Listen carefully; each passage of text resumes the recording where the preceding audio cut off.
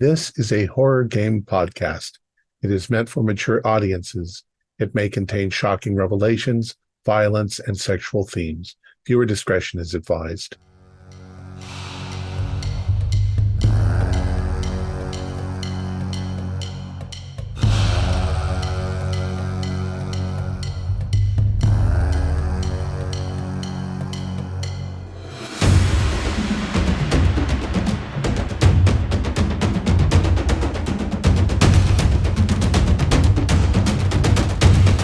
Greetings, fellow investigators, and welcome back to our video podcast, Into the Darkness, where my friends and I are playing the Call of Cthulhu role-playing game. I'm your host, Thom Raley. The scenario is The Burning Stars. It was written by David Conyers, and it can be found in Terrors from Beyond. I'm the keeper of arcane lore, and this is episode 2 and 3. Unfortunately, we had a technical glitch, and our episode 2 did not record. We were quite upset. Our recap, therefore, will be given by Keith Craig and Tyler Hudak and any other players who want to chime in about what happened with their character. Sorry for the confusion. So without any further delay, let's continue our journey into the darkness. I woke in a military hospital in Haiti with no memory of how I got here. Even stranger, my daughter Donna and her best friend Amy are here. Shouldn't she be in class? Sean, my assistant and bodyguard, is here. That's no surprise. He wouldn't leave my side. There's two other people also who I later found out are private eyes that I hired. Dirk and Guy. The doctor keeps coming in trying to get us to remember what happened. However, whenever we start talking about things, we get a splitting headache and it gets harder and harder to think. Sean keeps claiming that some kind of monster was chasing us. All I know is that my son is still missing, and that must have been why I came to this godforsaken country of Haiti. We learn it's October 30th, and that Major Medwin is in charge, and he wants to know what it is that is happening. If I knew, I would tell him. Just before we get released, a nurse comes in, drops her tray, and runs out, claiming that we've been touched by a Baron Lacroix.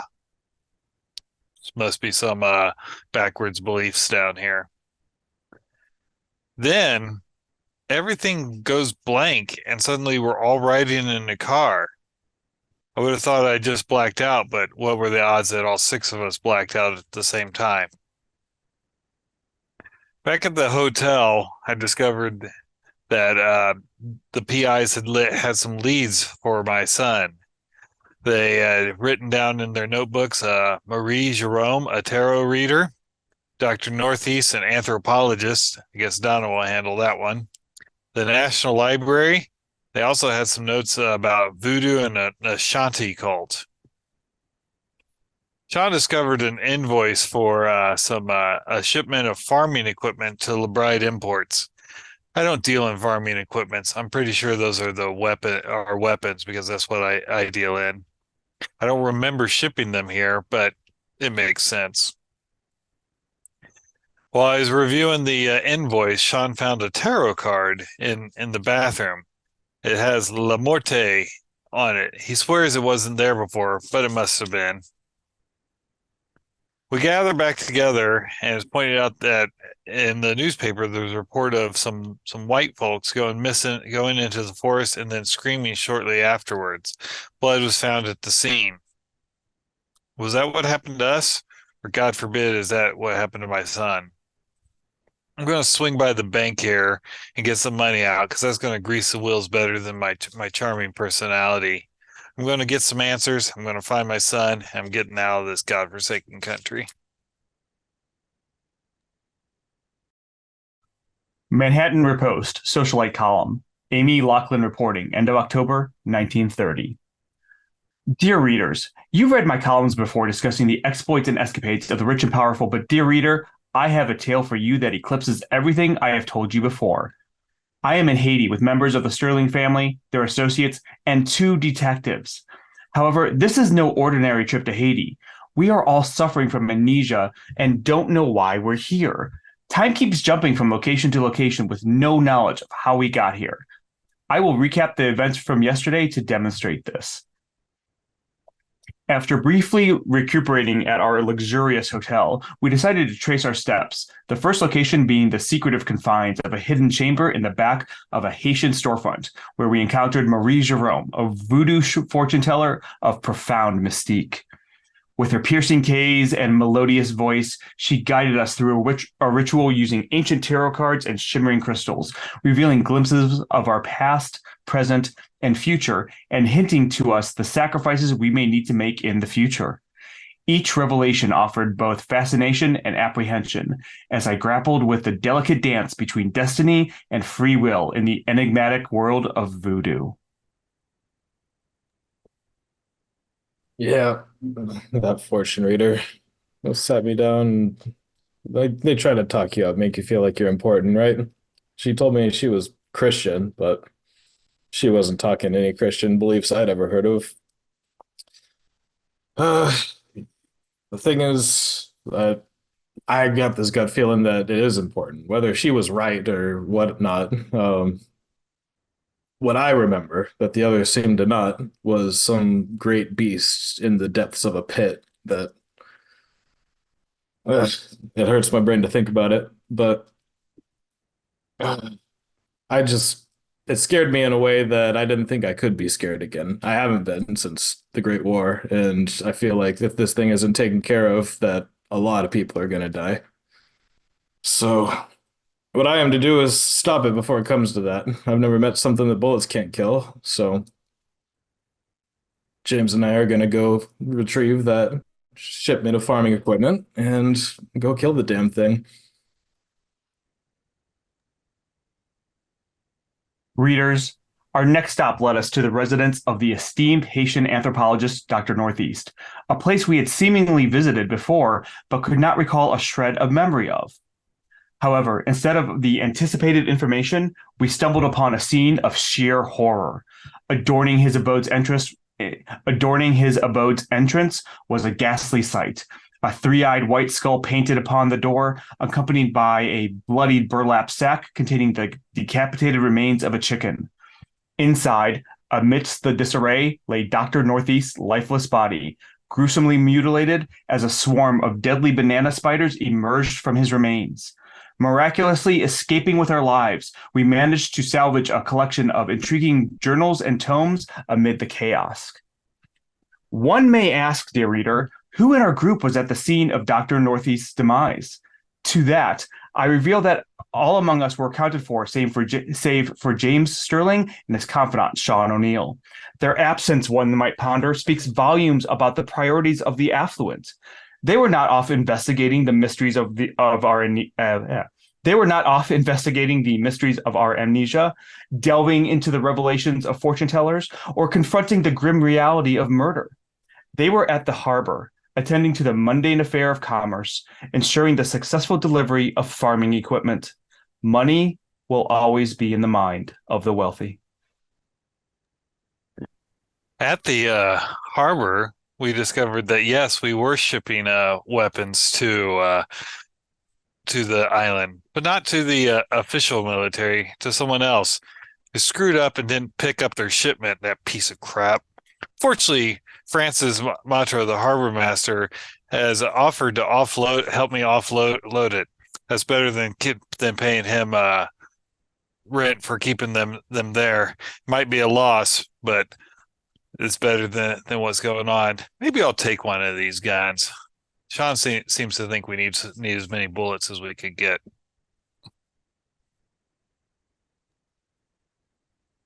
Okay. And as James Sterling and Sean are leaving Labadee Imports, you all suddenly find yourselves back in your room. Some of you standing, some of you sitting on the bed staring at each other.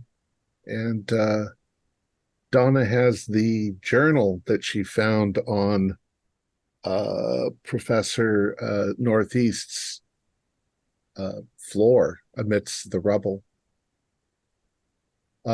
Just inside the cover, it says the Journal of Bruce Dr. Bruce northeast. Okay, I thumb through the book and I come upon a journal entry around our time frame, which is from Monday, October 17th. It says, after meeting with James Sterling and his team of investigators, I was surprised at how much of what they told me related to what I had believed until last night to be myths. The star pools, they say, are real, and that Mr. Sterling's son had been kidnapped and taken there to be a victim of a ritual of blood sacrifice. At first, I did not believe them and said as much. But now that I have witnessed the star pools for myself, I cannot even begin to imagine what else of the floating horror cult prophecies are true, and what the ultimate fate of this island nation will be if they succeed in their plans. The star pools, located in a hidden valley in the hills east of Port-au-Prince, defy rational explanation. I saw Jack Sterling, James Sterling's son. I dare not commit to paper what they had done to him, lest my mind fails me as I remember too clearly in my prose, and I lose my mind altogether. What I will say is that I recognized his undoing, because I can now see they match too closely the descriptions of beings described so clearly in The Masked Messenger, especially the tale of the Ashanti warrior and the sharp-edged stone. They have plans for the younger Sterling. This I know. It is tied to the ceremonies of the Fete Gedi, which begins on the 1st of next month and concludes on the following day. Will the real followers of the floating horror reveal themselves and lead Jack Sterling into the hills, where he will be sacrificed as his father predicted? Can he still be saved? One can only hope. Probably not, because I saw what lurked in the green waters of the star pools. It was that shape which banished my courage and sent me fleeing, screaming into the night. I am not sure how to proceed. Maybe a visit to the laundry on Rue Capois and Ducaste and see what Mama Josephine says about it. So you are all there.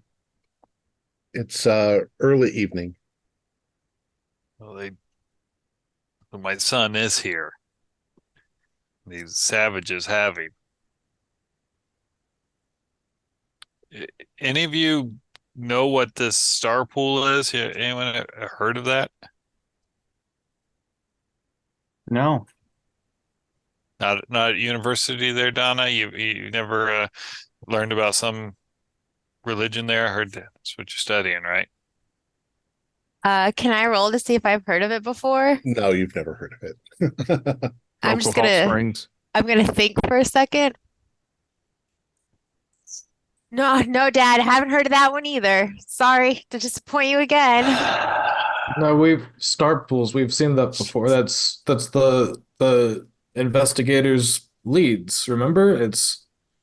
They were set out in an order and it ended at star pools. I think the doctor was with us and saw the same thing that made us forget. We're following our own footsteps here. Yeah. What was that? What was that date you see that was in the journal? Fete Getty? Fete Getty? Fete? Isn't that like a celebration? And then what's Getty? Not familiar with that one. EEDE. Hmm. Hmm. You have Beginning no of way next of looking month. that up in your rooms. Yeah, no. But, yeah. Something else that happened that I don't think you mentioned was you found another card. It was Oh, inside yes, one of in The crates. weapons, yeah. In the crates, yeah. It And was the the cards opposite. we found are matching the ones that the tarot reader drew so far. Yeah, that's right. And in the same position. The journal entry said that the Fete Gedi begins on the 1st of next month. So that Oh, would be November 1st the day is Isn't A little that over a like day. tomorrow? and concludes the following day. 2 days from now. Tomorrow's the 31st. So Uh, November 1st, yeah, we need to well, step it up. Fed. Well, Fet means party, doesn't it? Did we Or notice the holiday, or- decorations when we were downtown? Well, I mean, When you were coming to the hotel, you did notice that there seemed to be a lot of decorations being added to the cemetery as you were yeah. traveling. First is All Hallows Day, so Yeah. but I don't care what they're here to celebrate. I'm here to find my son. I know that it's awful. I can't believe they've done that. Well, we don't know where these pools are. It's just in the hills.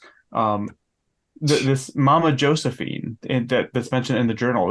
That's not who we went before, right? Before we saw No. Marie Jerome. Is this somebody different?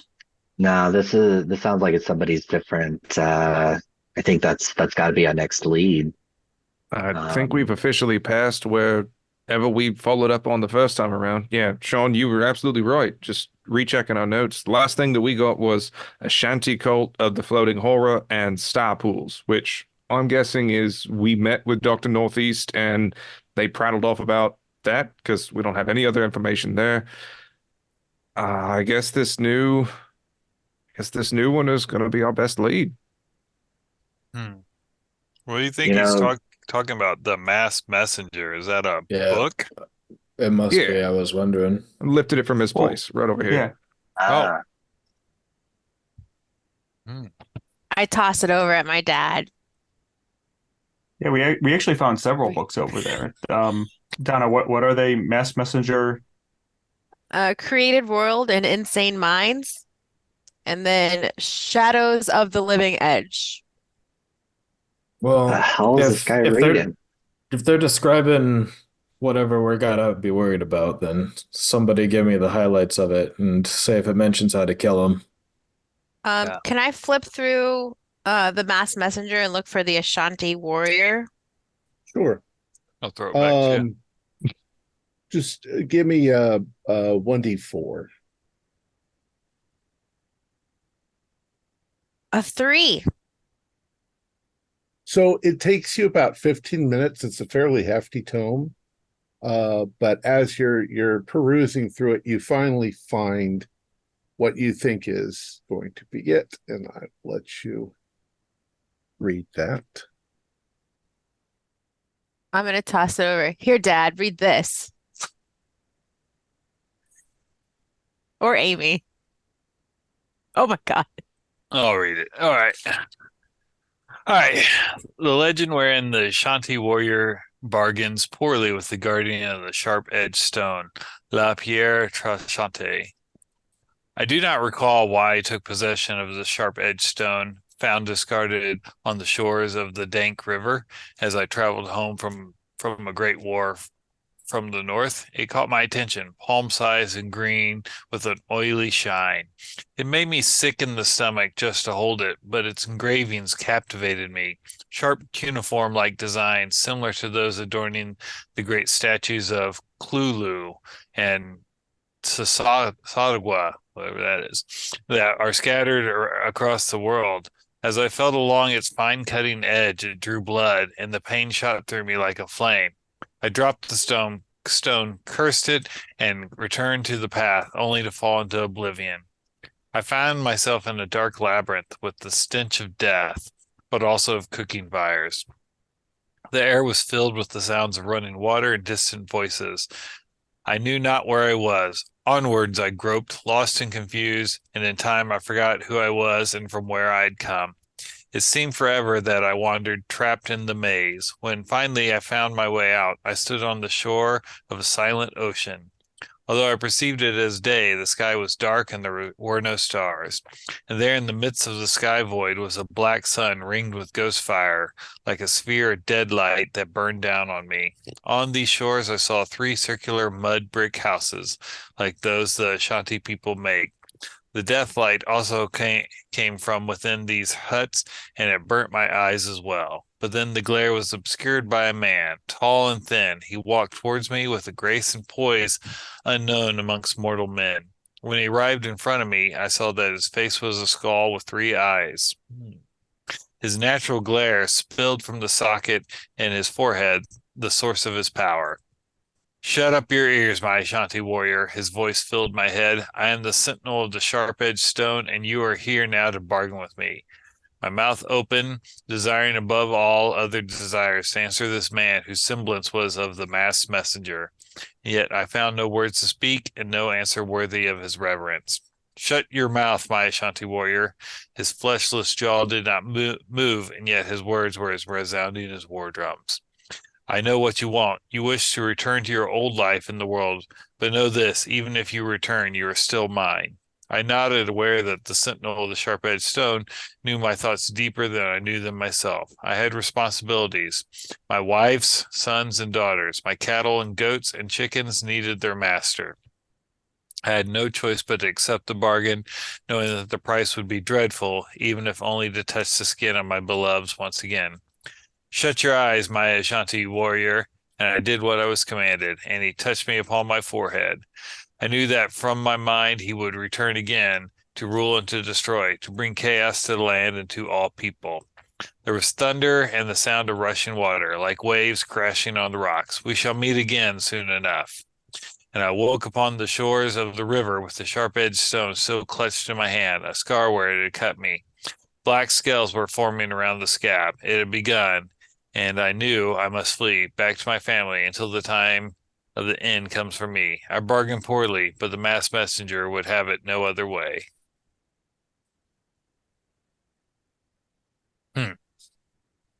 Quite the folklore. Well, I guess we have a name for our graffiti skull now. Masked Messenger? I don't like the message you sent in so far. That was I don't even know what the hell just happened there back there. Whatever the hell that was. I've lost complete track of time now. But spiders, bodies and blood and all that just Sean, the more I think about it, I think the more you're right. There's something dark out there. I remember now. Hey, no, we do know what time it is. We have watches.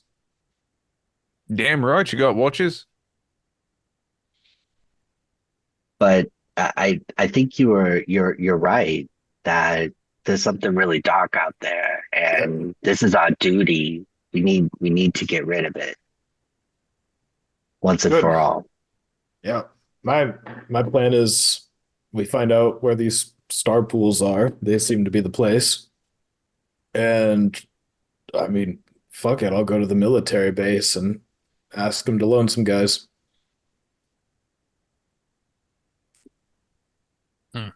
It'll be a favor, I'm sure. Weren't you hesitant, or what?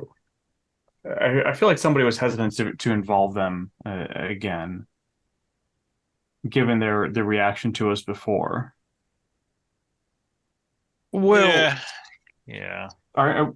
Everybody's a little suspicious of everyone else. I haven't been as forthcoming as I probably should have, but we've had a couple of tales ever since we left the base.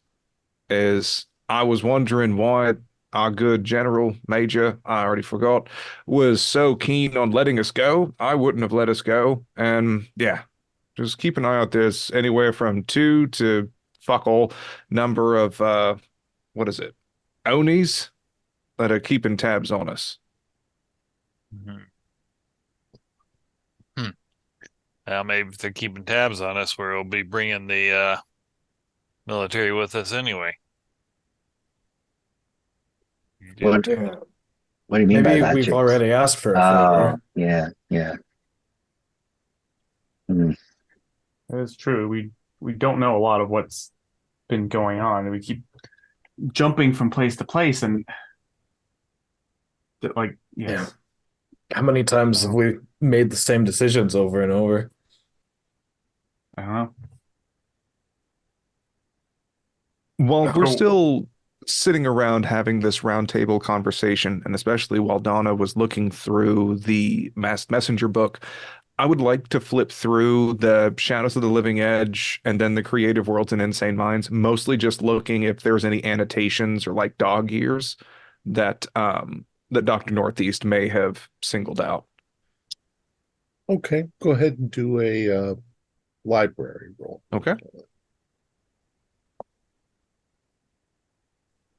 That is an /3 extreme success on library use. Very nice. He leaves a sticky note saying how I did it. Well, actually, it seems like he was rather meticulous in not dog-earing any of the pages of his books. So you find nothing. Generally, the books seem like, they're various archaeological treaties on folklore amongst natives around the world. That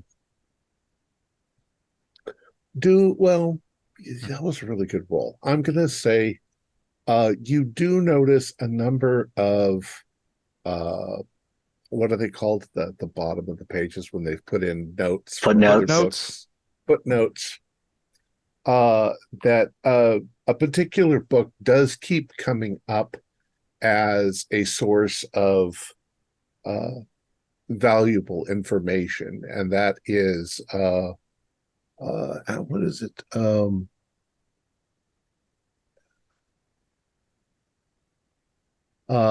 Africa's Dark Sects. And SECTS, not sex. Yeah. And for Donna, that particular book might sound like a reference book that she's heard of at Miskatonic. It's something that you might find in a big library. Wait, I know that one. I've heard of it before. See, James, that college education's paying off already. Yeah. Do you think the library might have it? It's that well known. Oh yeah, totally. Uh-huh. Yep. If we go to the library, we can look for it. All right. So we got two more leads. We got the other the other person mentioned in the journal, and we got the library. Who are the bookie kids? Donna and Amy. You look like a bookish sorts. The girls go be safe at the library. I try to find our way out to the foothills. It's probably a little too late at this time of Yeah. Yeah, it's going to be first thing in the morning. Oh, Yeah. Fucking that snuck up on me. You guys all do kind of feel, well, you feel two things. One is it does feel like the evening snuck up on you rather quickly. And the other is that you're all really tired. Like you've been doing stuff all day.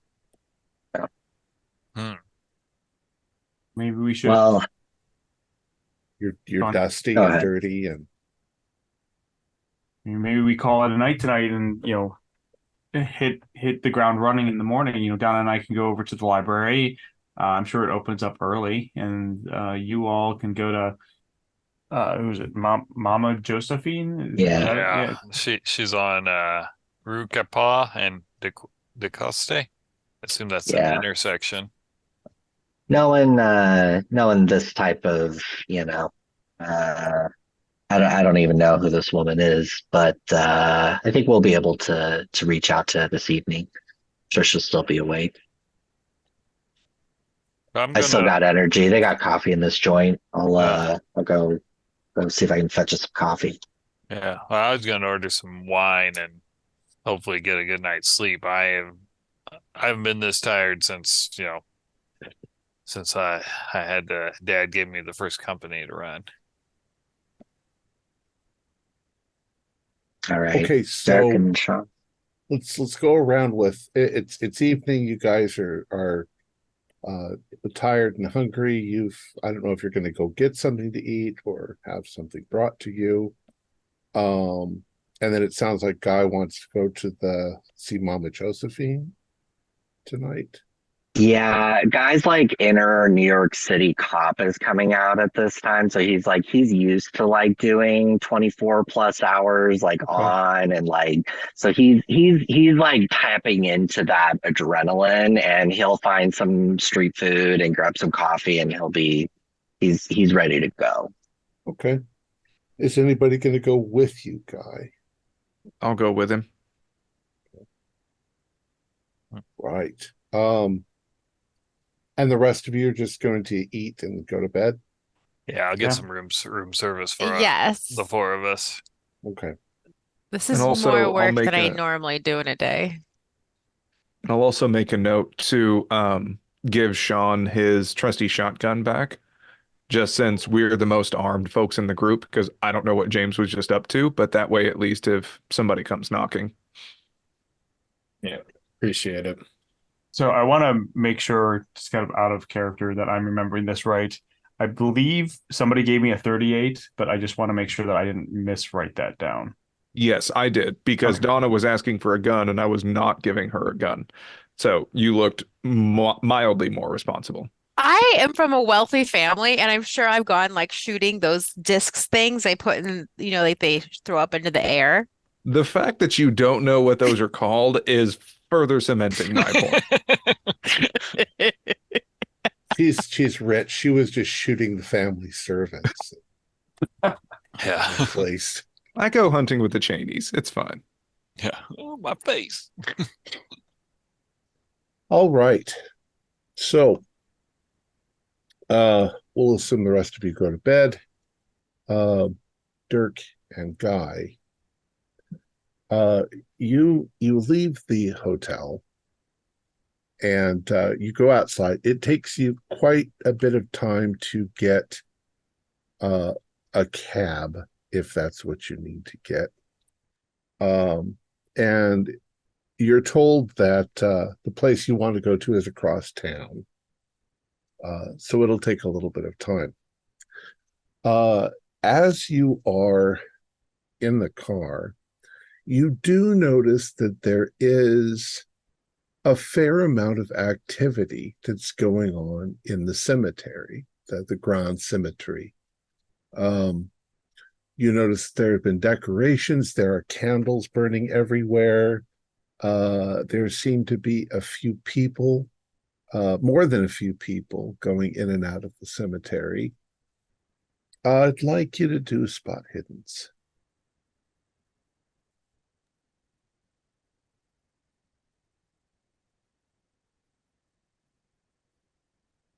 Hard success.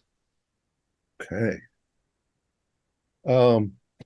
So as you are going, Dirk, you're looking out the window.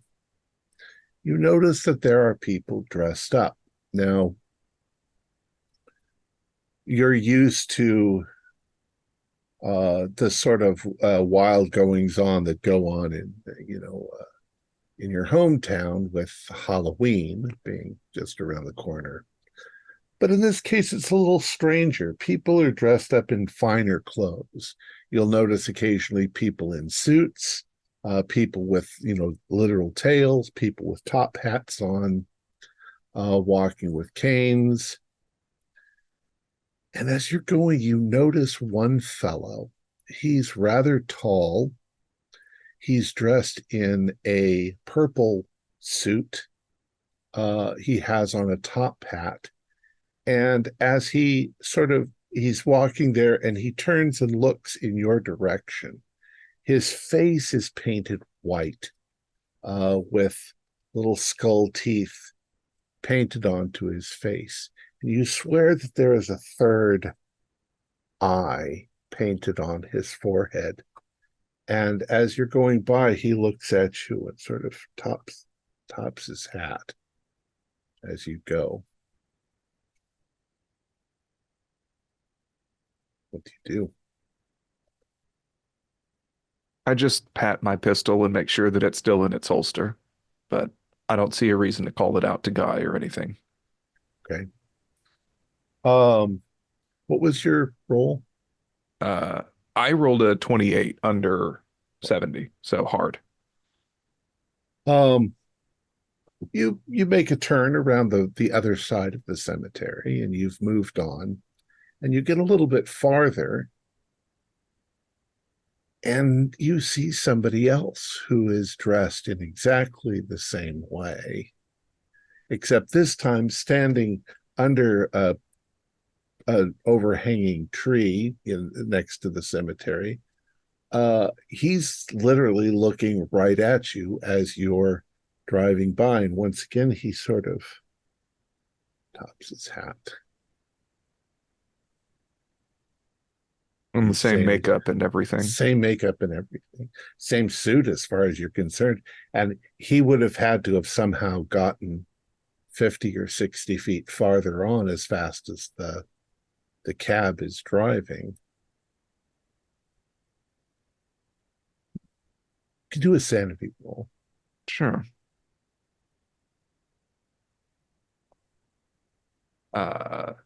19 success. Okay. I'll say that at this point, you're probably thinking it's some sort of motif that people are dressed up in costume as. Sure. And there's not that many cabs out and about at night. So maybe it's just, right, people being weird trying to freak out tourists. You also notice that around the cemetery on blank walls here and there, you do notice these sort of crisscrossy, spidery sort of symbols that have been drawn, maybe with chalk or other things. And it reminds you of the symbol that's on the hat on the card that you have, the tarot card. Mm-hmm.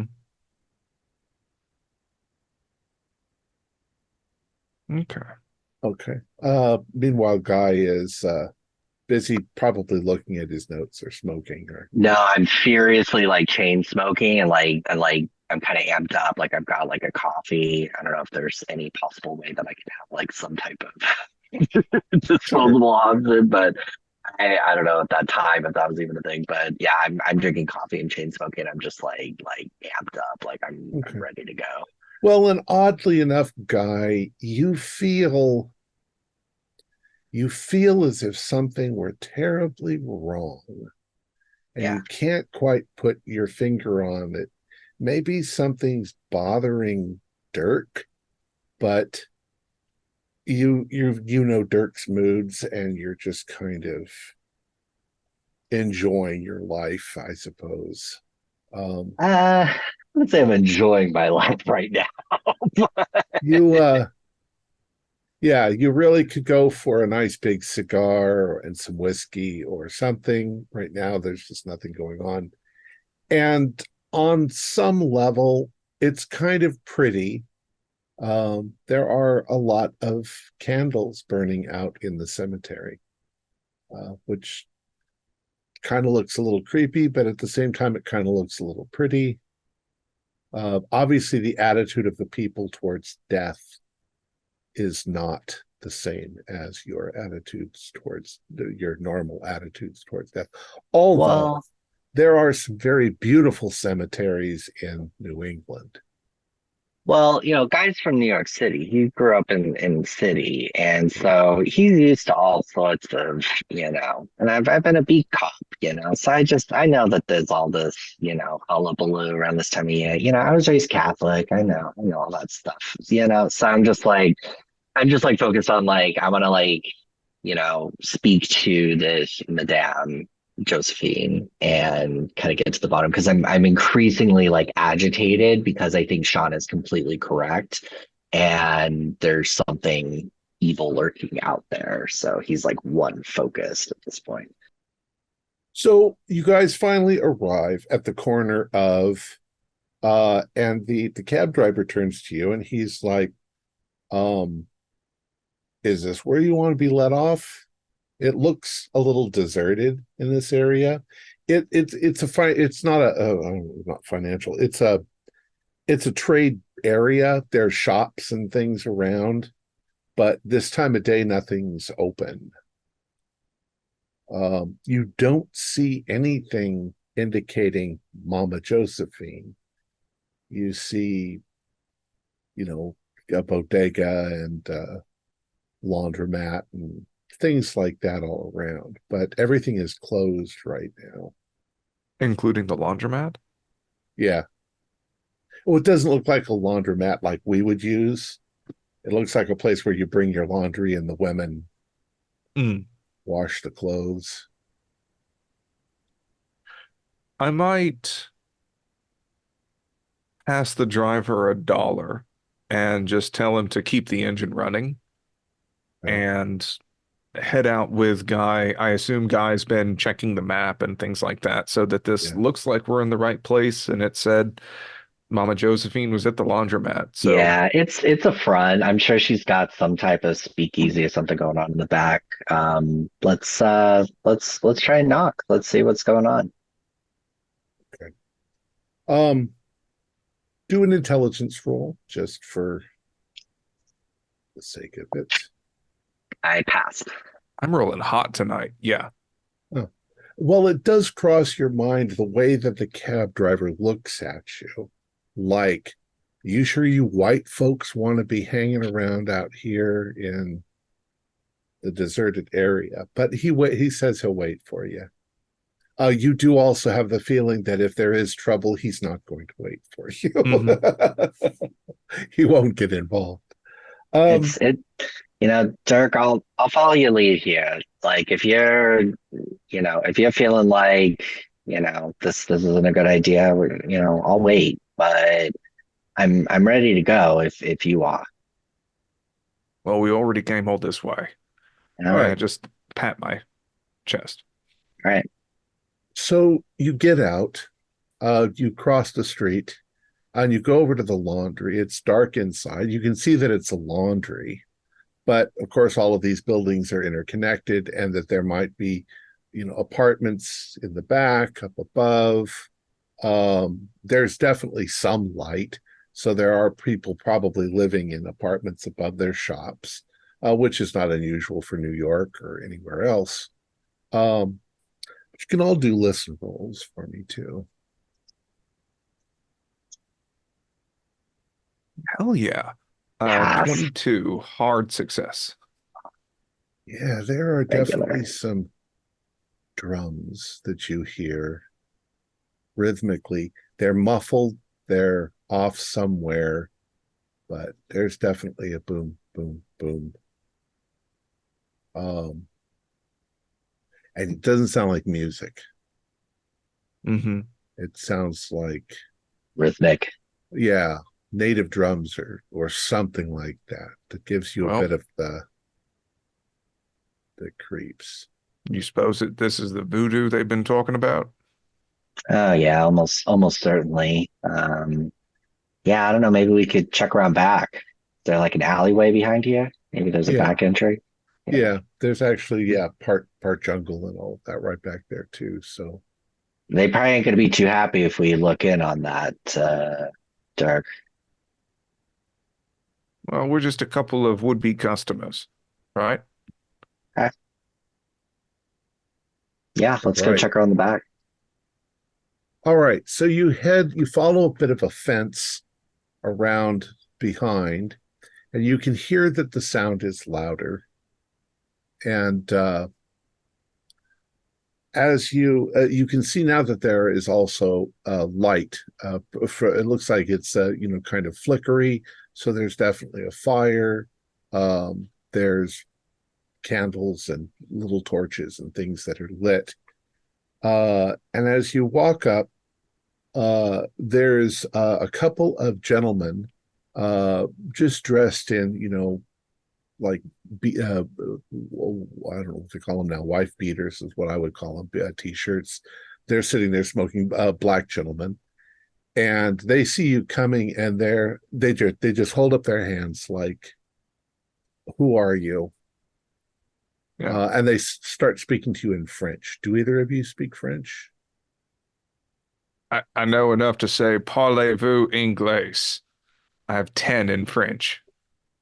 He says, you're not supposed to be here now. Sure, sure, sure. Just looking for Mama Josephine. Mama Josephine, she is busy now. Come back in the morning, in the daytime. All right, all Oh, right. Who fair are enough. you? Who are you? Dirk Kessler, looking for Guy Inform- Randall. looking for information. Baron Lacroix, masked messenger, all sorts of crazy shit. He says, he just immediately is like, Baron Lacroix. Says, you go now. You come back tomorrow. All right, all right. All right. Fair enough. All right. And I'll walk back. Yeah. as you sort of start walking back, you notice that one of them immediately goes into wherever they are. The other one stays there smoking. And you come back to your cab. Well, they know we're here now. What do you think, Dirk? Should we should we press our luck? Fuck. I gambled and lost on that one. You're doing pretty good catching I think we're going going to to have a real bad time if we try and go in. If we're going to go in, we're going to go in loud. Yeah. We can probably take a bet. By morning, they're going to be cleared out. Oh Call us for man, you know donuts. what? Let's just get back to the hotel. Let's get a bottle of whiskey and just fucking call this shit a night. Like, Whiskey's we'll all get up yours. bright and early. Sure. Oh, I'm come on, getting man. old. Yeah. Got it. Can't touch the stuff. All right. Yeah, let's just go back. We'll deal with this shit in the morning. All right. So you guys go back. Do you guys get anything to eat? You're oddly enough not very hungry, despite the fact that you skipped dinner. Yeah, I've just You're been kind drinking coffee and smoking cigarettes. Yeah. I feel like I lost my appetite after the very polite visitor a couple of times over. All right. So you guys go back to your room, and you go ahead and are you just going to go to sleep? I think so. Okay. So I'd Probably. Oh, I'm sorry. Go ahead. I'll probably do just some little things. I'm thinking of like putting the hair over the doorknob or something like that, just to see if someone goes in and out of the room. Okay. It's bugging me that I'm more tired. Like, I'm on the wrong side of 30 at this point. I'm not as young as I used to be. Average lifespan's like 50 years in the 30s, I think. So like it's bothering me that I'm more tired than I feel like I should be, even if we've just been walking around. So if I'm sleepwalking or something during these blackouts, or if someone's getting into my room, I want to know. Okay. All right. So you take some precaution to make sure. Yeah. Both And guys staying up drinking too. Guy's gonna stay up and drink maybe for another half hour, 45 minutes. Guy's gonna fuck up all of my great like caution, making sure no one goes in and out of the room. Okay. So I would like, who has the worst luck?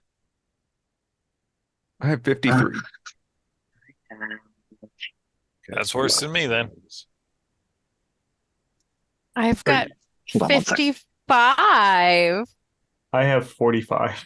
Ooh. Great. I Amy's have- in my room. Sorry, real quick. I have to pull for it. Okay, I have 60.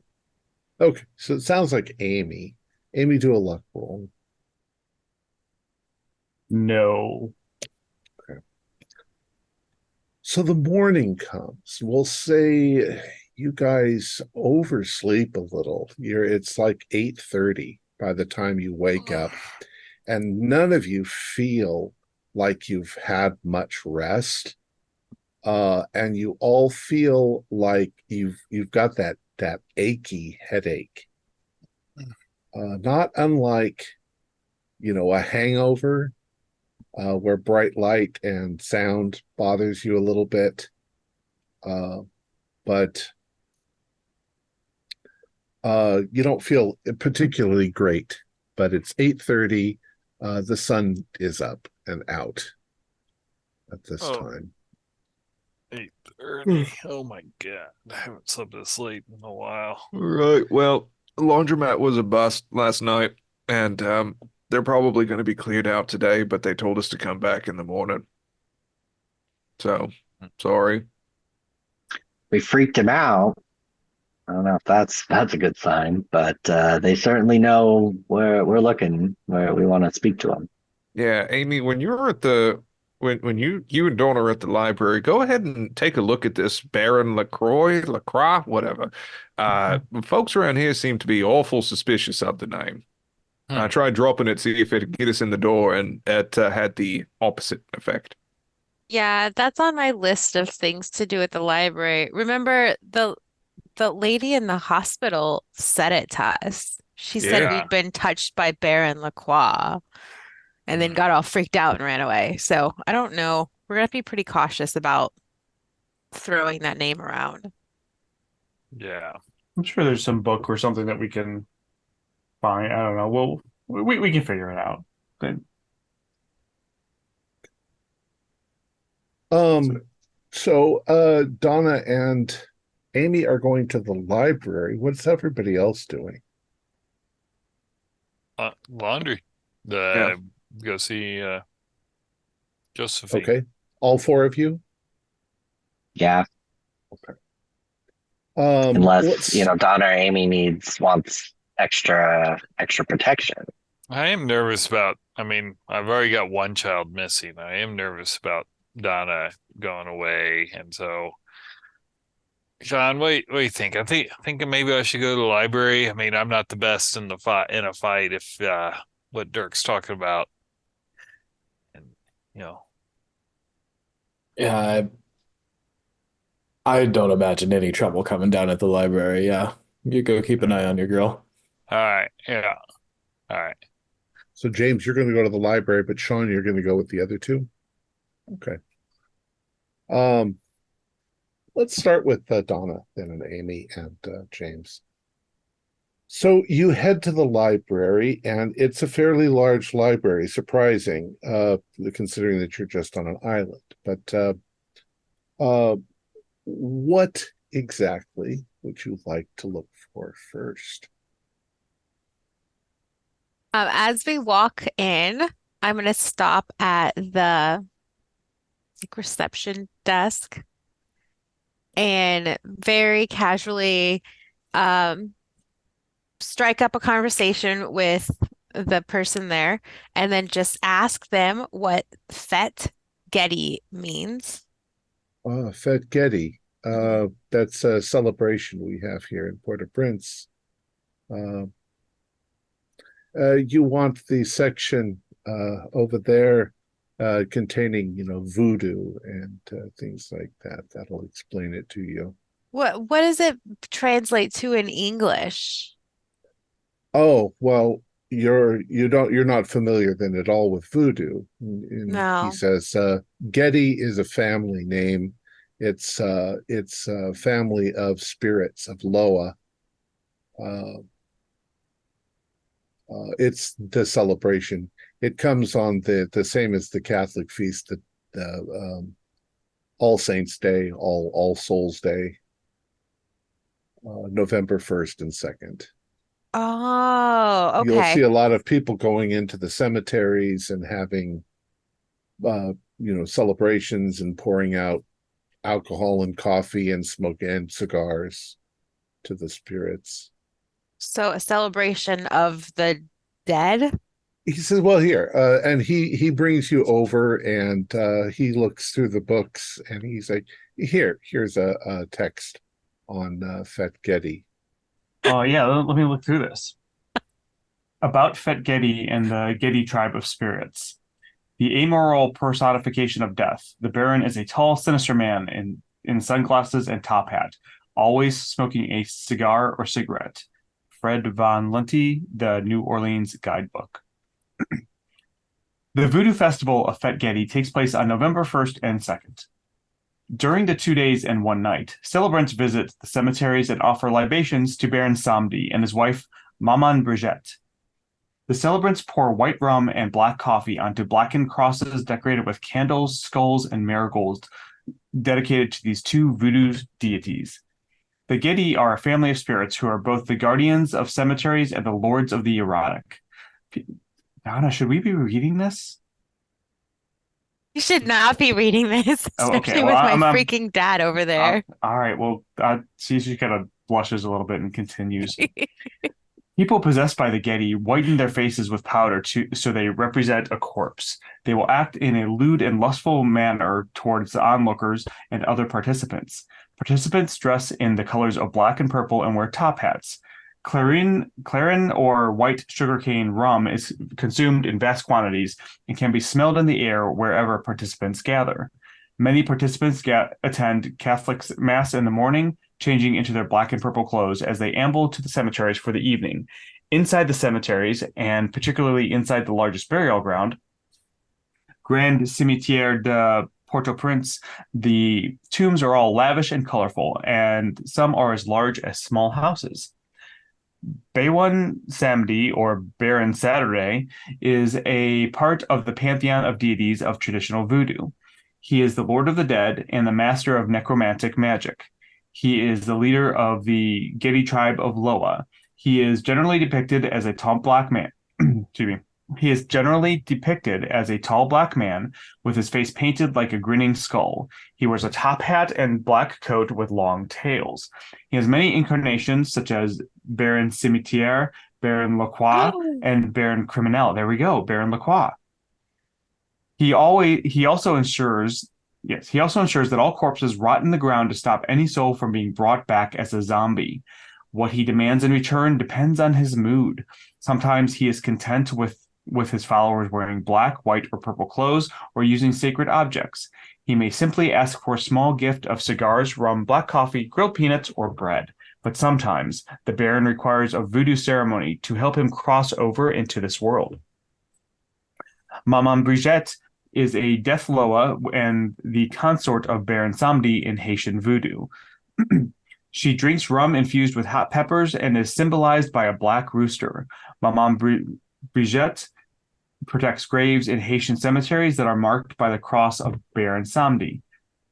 Graves that are protected by Brigitte are marked by a mound of stones.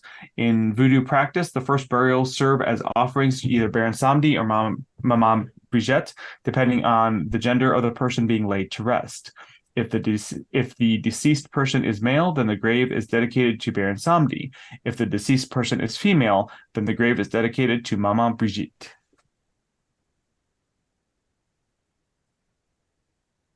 So now we know who Baron Lacroix is. It's Baron Samedi. Samedi. He's not that bad of a guy. He tries to keep bodies in the graves. He practices necromantic magic. Besides that. What does that mean? We were touched by him, though. Yeah, it's just. Are we you guys zombies? want to search for other stuff? Yeah, I do. I want to look at find the maps of the island, and particularly I'm looking for the hill country and see if there's any pools. Okay. I won't have you roll for that. You find some rather extensive maps, but everything is mapped right in Port-au-Prince, and I think there might be a couple of other fairly large population areas.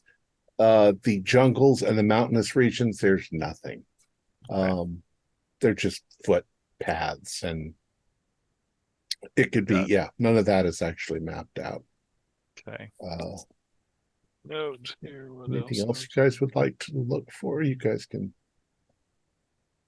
I would like to look for the star pools. Like, I want to see if I can find out any information about this Ashanti cult or star pools. Okay. Go ahead and roll for me. Floating horror cult. Okay. For a library? Yeah. All right, I have a 65 and I got Oh my God, I got a cat and then a one. Oh, so zeros. Oh my God, I got 0, 0, and then a one. Nice. Okay, that's really good. Was that a one? Yeah. Yeah, that's a Sorry, I one. knew I was gonna mess me up. Okay. You don't immediately find anything on star pools or references to star pools. However, Ooh, Africa's dark sex. I had been warned earlier that the ceremony I now witnessed, although it had trappings of voodoo from the Congo, was in fact derived from rituals that were far older and ancient. The shaman, dressed in a grass costume that fully enclosed his body and his face hidden behind a grotesque mask depicting a face with 3 eyes, called forth to the spirits of an undersea island.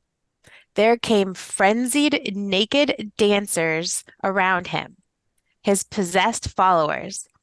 They moved with impossible rhythms. They had in their hands sharp-edged stones painted green and black. I thought they were symbolic of something, but then the elders of the tribe came out and stood there as the younger members gouged themselves to death with sharp stones. Into the fray stepped what was once a man and something else. His skin covered in black scales and his face not unlike that of an iguana. He sent shivers through my skin. It was not the unnatural angles that his body could achieve as he danced. Rather, his eyes, still human, still seeing as a human sees. And then an eye opened in his forehead, although it was not an eye, and I could see that the lizard man was host to something else, something that desired to be free of the vessel that was once a man's forehead. His third eye was the gateway to the unknown realms. I'm not sure that my mind would have accepted what was to occur next. My guide, Joma, thankfully dragged me from that awful savage place. And yet, in the dark hours, in my hotel or in a bedroll under the stars, I imagine what I might have seen if I waited to witness what the host might have become. And then there's some notes at the bottom and you saying, are shocked to realize that that is Amy's handwriting. "Oh, Amy, I don't remember writing in this. this is your handwriting. It Amy. looks like it. What? How did you deface a book like this?" What? Shh. The librarian will hear you. I don't know if we're reading about erotica books, but I don't remember. So spicy. I don't remember. What did I write?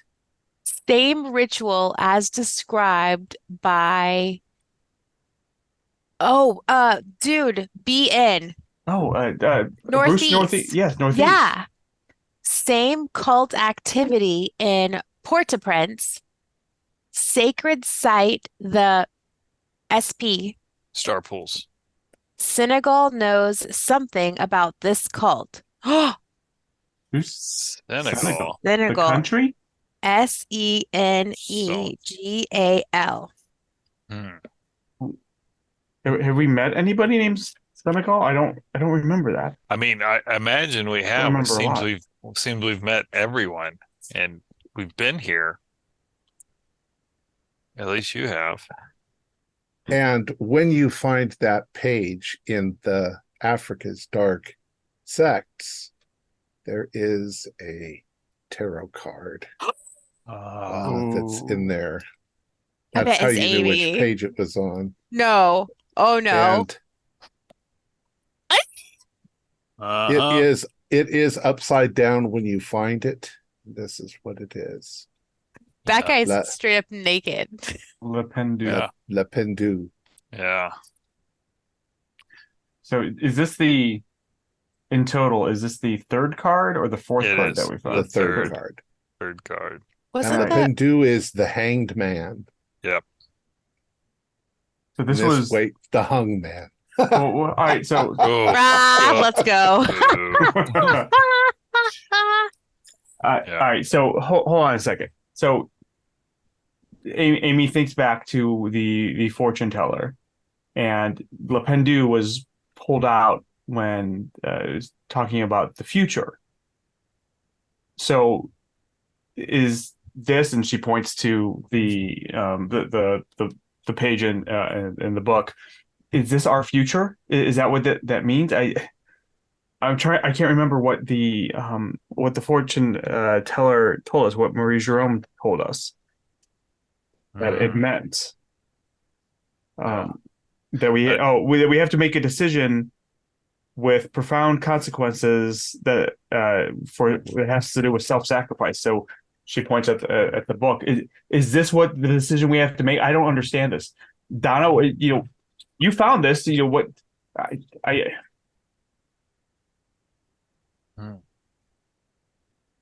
I don't know. Don't freak out. I'm just I know, starts Amy. feeling a little nauseous. Yeah, you found it first. Your handwriting was in there. You get the credit. That's what makes this more frustrating. Nice work, Amy. Starts taking notes in her notebook, writing her next column, which is not going to be nice. Yeah.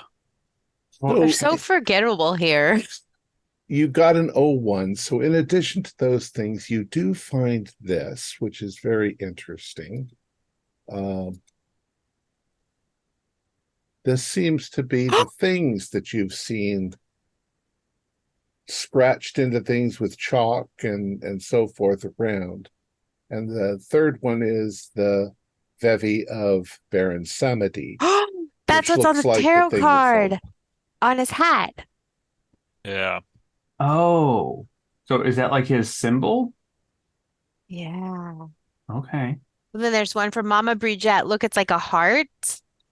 Hmm. And then Damballa. Looks like it's a barbell on top. Other deities of the Oh voodoo. my gosh. You also find this last thing. All right. About voodoo or voodoo. The way we tell it, hoodoo started way back before everything. 6 days of magic spells and mighty words, and the world with its elements above and below was made. And now God is leaning back, taking a 7th-day rest. When the 8th day comes around, he'll start to making new again. Man wasn't made until 5:30 on the 6th day, so he can't know how anything was done. Zora Neale Hurston, Mules and Men. Voodoo, or voodoo, ending with a U, hoodoo, Vodou, or Vodun is an African-derived religion influenced by Roman Catholicism. It has been practiced in the United States, mostly in Louisiana, the Caribbean, mostly in Haiti and the Dominican Republic, Mexico and South America for centuries by the descendants of African slaves. Focusing on the intimate relationship between the realm of humankind and the realm of the Loa, a group of divine spirits related to Catholic saints and African tribal gods. Voodoo is in all aspects a living faith in which its believers are in constant contact and conflict with the supernatural. Voodoo has been subjected to much sensationalism and distortion. Although no precise date for the conception of voodoo is available, scholars generally agree that the religion began in the mid-17th century when Africans from the Congo, Guinea, and Dahomey were brought to the French West Indies as slaves. Hoping to preserve their native beliefs in the face of aggressive conversion attempts by the French Catholic missionaries, the slaves, at first clandestinely, incorporated Christian doctrine into tribal tradition. With the passing of generations, the dichotomy between Catholicism and African polytheism disappeared, replaced by the single faith of voodoo. Most voodooists consider themselves Catholics, seeing no distinction or contradiction between voodoo and the teachings of the church. While all voodooists profess belief in a supreme neo-Christian God who influences all things, the Loa, also known as the mysteries, or the invisibles, remain at the center of the voodoo tradition. Like many deities, the Loa possess specific spheres of influence: the sea, snakes, love, and so forth.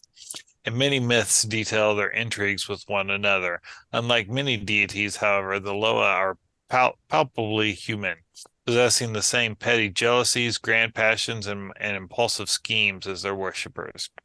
Furthermore, the Loa are exceedingly accessible, and Buddhists consults them about the most commonplace activities. The Loa assists humans in love affairs, advise them on investments in the stock market, influence trials in their favor, and appear in their dreams to provide vital advice.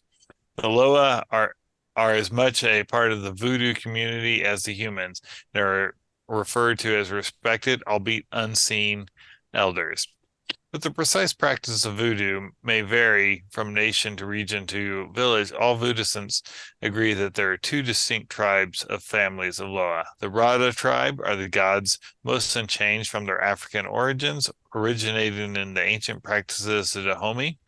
Rada Loa are the good spirits, the ones most friendly to humankind, and the deities most often invoked by the Buddhists. The other tribe of Loa, the Petro, have hazy origins.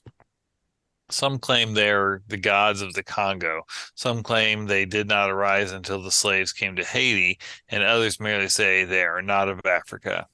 Although not all Petroloa are Baka or evil spirits, they are certainly more violent and hostile to humans than the Radaloa. All Radaloa have Petro counterparts, darker halves, so to speak, which few honest Buddhists summon for fear of provoking their malignant wrath. The bloody 1804 slave revolt that threw the French out of Haiti was incited by a Petro-Loa ceremony. Well, you guys actually find a lot of information there at the library about things that you were asking questions about. Let's jump to the others. I just wanted noted that I strut a little bit higher, that I've proved myself to my father by nailing it at the library. All right. So the rest of you were going to go see Mama Josephine. You traveled to the same place that you did last night, and this time the place is open. There are at least 5 or 6 women inside. They're all doing laundry. The laundry's open. You can feel the moisture and the steam sort of from the laundry. What do you do? I'd like to have a little conversation on the way there. Oh, before you get there? Okay. Mm-hmm. What's up, Sean? Yeah, so I'm gonna stay quiet, follow your guys' lead, but it's not gonna take much for things to turn violent for me. And if I think someone has information, I mean, what I'm looking for is this Star Pools place, right? If anybody we think might know about that and they try to make a break for it, I'm taking them to the ground. Sean, far be it from me to try to tone down your spunk. I appreciate it. Loose cannon, all that. Big rage in America. But we went by there last night, and they have more than a few folks who are likely running security. And I respect your wanting to cut to the chase. We're going to try and get to the same lead you are. We're in the same shit you are. You got it? Now, if you just go around blasting off, you're going to get us killed as well as you. Feel free to disassociate. I do that regularly, but I'm talking about whenever we're in there, I'm going to need you to at least follow a lead a bit and give us a heads up before you just start blasting. All right? I'm not going to stop you, but let's try and lead with carrot before stick. Yeah, that's I understand. If things get hairy, just back out. You know, you don't need to have my back. But Sure. I'm not expecting I don't think that it's just gonna turn into a fight right away.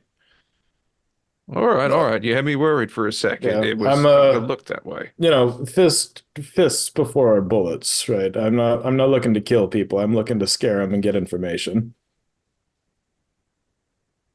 Well, everyone, we've talked to so far is, let us know at least a little bit of something and gets us a little bit closer to where we need to be. We just need to figure out where the Stopwell's place is. That's the last Yeah. kind of piece of the puzzle here, and hopefully this person knows. Yeah, if they cooperate, that would just be lovely. So by all Well, means, I'll follow kill him with you. I'll kindness. be Kill him quiet. with kindness, Sean. I'm also I want to get through this and get to the bottom of this nonsense and get the hell out of Port-au-Prince. Agreed. But thanks for the heads up. Yeah. You guys are heading up to the laundry. You don't see any of the gentlemen that you saw last night. You see only the women inside. And they are busy washing and folding stuff. What do you do? Immediately back around the fence, like towards the drums that we heard last night, and just try to skip through the laundromat and go straight to the door. Okay, so you're going to go around. You're not going to go through the laundromat or into the laundromat. Well, we're going back in the alleyway that we went in last Okay. night to All go right. through the back. All right. So you go back there, and it's just an empty alleyway. There's probably wooden fences. You can see that there are gardens in the back, but they're very jungle-like, very overgrown. There's definitely a gate there, and there's no decoration to it at all. It's just a wooden gate, but it's about 6 feet high, so you can't easily see over it. Is there a padlock on it? No, there's just like a little rope that goes through a hole, probably to a latch. Well, do we do this the easy way or the hard way? I'm curious to see what they were getting up to, but also, I guess we can just act like tourists. If she's still here. You can pull the rope. Yeah. Okay, you pull the rope, and I'll there's pull the rope. a little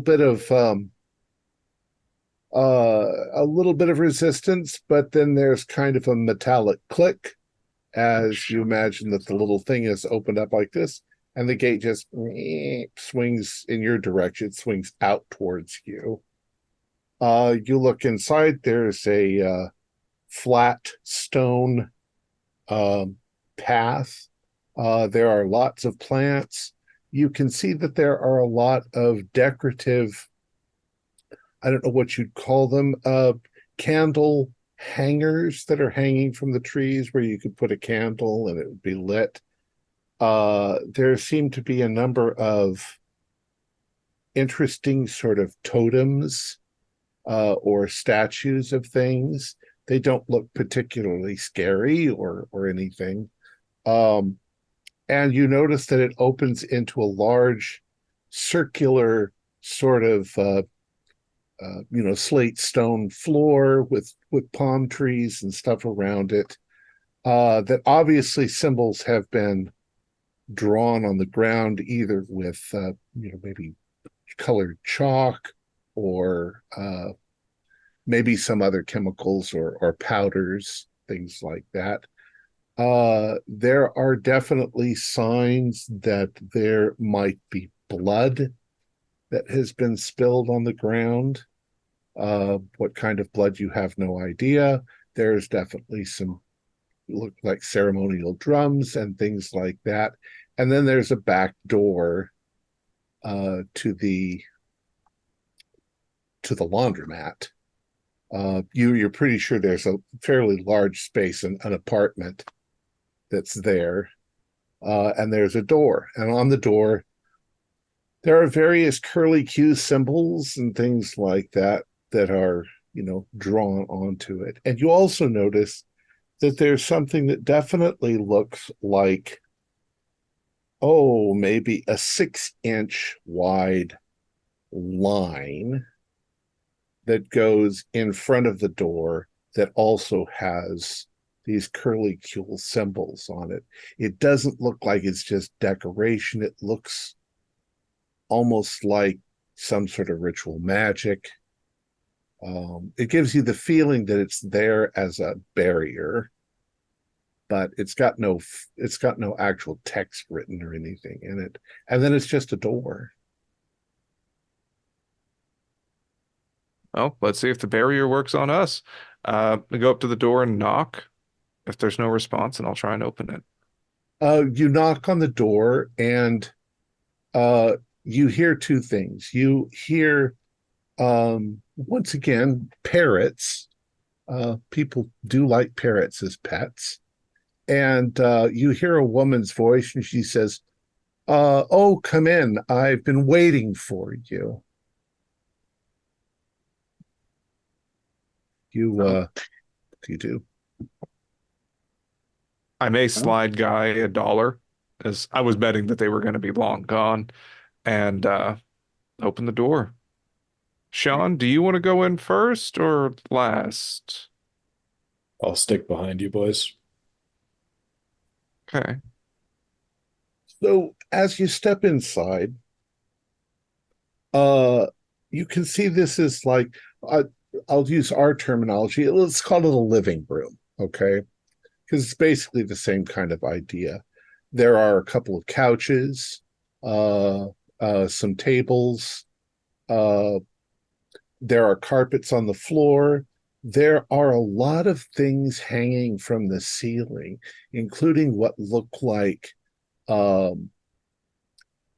snake spines and bags with colored strings tied on them, and something's in the pouches, and you get the funny feeling like wards and charms and things like that. It reminds you of like an occultist's shop, like you might occasionally see in Salem or something like that. There are shelves with numerous jars with things inside them that you can't quite identify. Some of them look dry, some of them look liquidy. And oddly enough, the smell of coffee. You got a fairly strong smell of coffee. But there's nobody in the room. But as you step in, fairly large African American woman, a Haitian woman, comes into the room.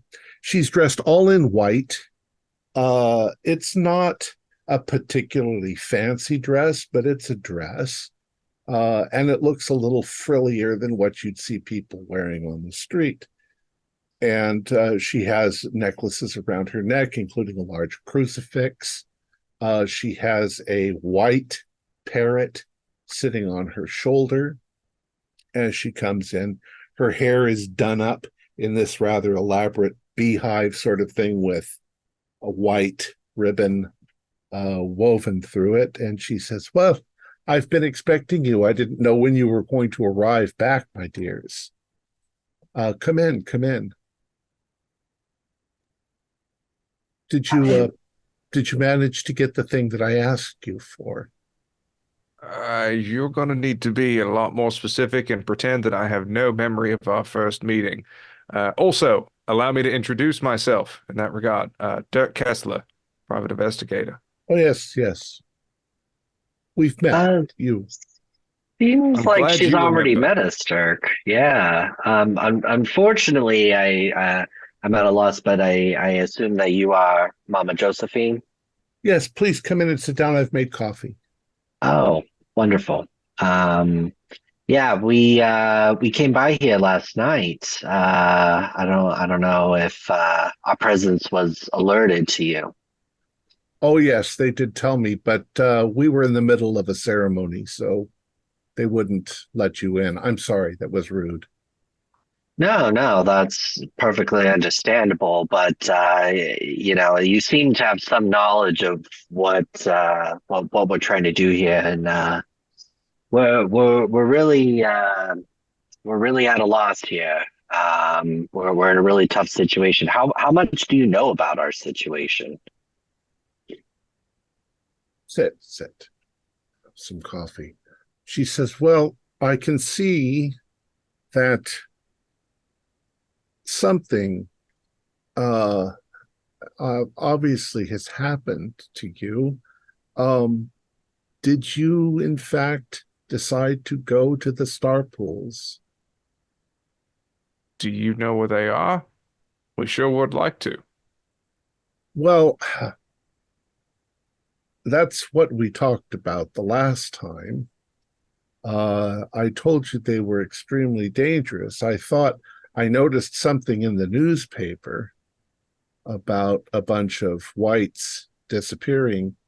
I was a bit concerned, but obviously I didn't need to be. I had asked you, I told you that we have a way of doing things. I'm a mambo. Do you remember that? I'm a priestess of voodoo. For the information, you were going to bring me something. You were going to bring me a insect, a small moth in a box that I had asked for. Oh, I'm this? just gonna, yeah, I'm gonna look over to Okay. Now, can you please stop from the beginning? I'm happy to hand this over. I will hand this over, Of but course. I can't have any more of these and that thing and this thing. I really need a complete rundown from the top, please, if you do, if I you will. understand. Obviously, something's happened, and of course, may I? Quid pro quo. That's exactly what it is. I need my payment before I can give, and that's what I've been waiting for. We made a bargain already. just hand it over to her. Just hand it So over. she takes it and looks very pleased, and she goes over to her shelf and she opens up a little box and she puts your little matchbox inside her box and she closes it and all that. And she says, now, she says, you came to me because uh, Jack Sterling had gone missing. And I told you that there was a very dangerous cult on this island, that they'd been here for years, and that nobody had ever been willing to do anything about it.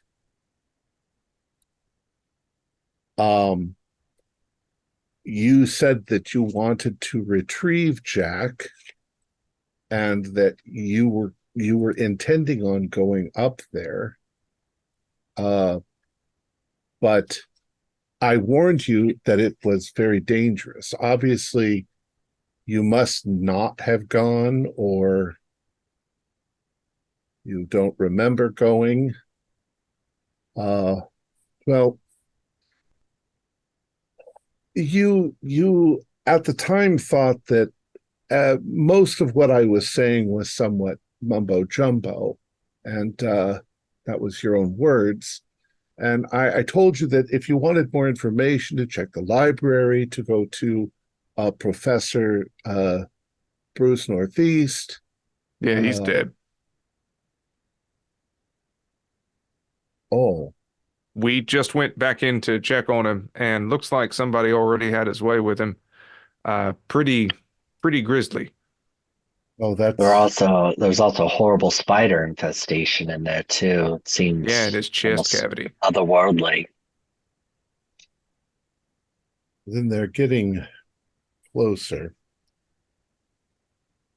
And on the door was the three-eyed skull. Is that the cult's signature? Well, Yes. that and then a dead black chicken was up inside.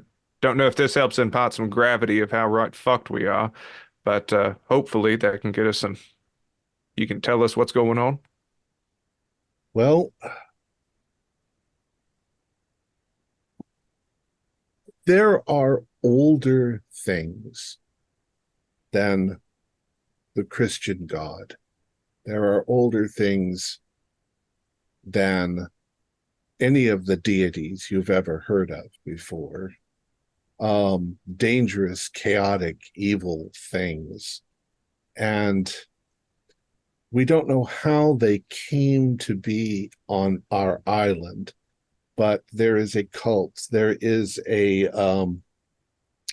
bokar. You might say in English, I don't know, fantasy word for wizard or sorcerer, that has been attempting for years now to summon up this spirit of chaos. His name is King Kaleko. And he has a cult. The cult is in the mountains. You were going to go there and stop him. I told you that that might not be possible, at least not as you are. Very dangerous man. Is in league with many of the Baka, which are the evil spirits. And she sort of makes this sign as she says that, as if she's making sure that whatever it is doesn't come in. And she says, I have since you last were here, I have acquired something that might give you some protection, at least from the thing that lurks there, the guardian of the pools. It's something, I believe it's something of legend. Here, let me show you. And she goes over and she pulls down a box. And the box, when she opens it, has a green stone inside of it with a very interesting symbol on the cover of the box, on the inside of the lid. And she says it's called the sharp stone. Not gonna lie, I was really hoping for a pistol, but all right, sharp stone. She says, we think that, well, at least in our belief, is that the sharp stone, it was part of a statue that was smashed years ago, maybe millennia ago, but that it will give you protection. You have to cut yourself with it. And if you, when you go up to the pools, the thing that's there, we'll call it the lurker, will think that you're its friend. It might, in fact, obey you. But it will definitely allow you to bypass it to get to King Kaleko.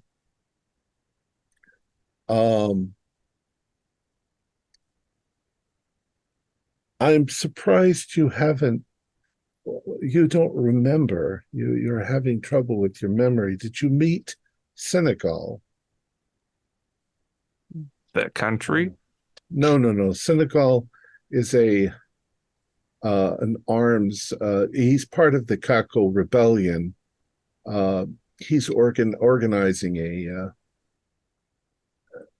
I shouldn't be telling white people this, but there's a lot of problems here in Haiti. He wants to lead a rebellion against the whites and have the island all to ourselves. But I had thought that you'd said that you were going to try to meet with him. I don't know. I'm trying to piece together the things that you told me. In any case, if one of you were to take the stone and cut yourself with it and take the stone with you, it would protect you from the thing that's up there. You might stand a chance. I don't know. There's also the possibility that something that I was quite reluctant to say, but there are spirits that can teach you magic, that might offer a weapon against King Kaleko. But they're the kind of spirits that I don't deal with. They're baka, they're evil, but they can answer your questions, give you direction, advice, teach you magic, but you'll have to pay a price. I don't know what that is. It's too horrible to think of, but What would these spirits look like? And I want to try to steer her towards the description of the man in the tuxedo with the top hat that was giving me the nods before, and just kind of, so if I've seen someone that looks like this, and I was almost getting a spirit vibe, and leading her to that to get more information about whoever well, you're that may talking be. about. I'm not surprised you'd see people dressed up as Baron Samedi, Baron Lacroix. The Fete Getty is day after tomorrow. Oh, it's actually today. It's tomorrow. It starts. But you said Three Eyes. That's right. You And really they should both seem speak to with be Senegal. they both seem to be making direct contact with wherever I was. Well, I think Senegal might be able to give you better advice because he's had some interaction with the cult.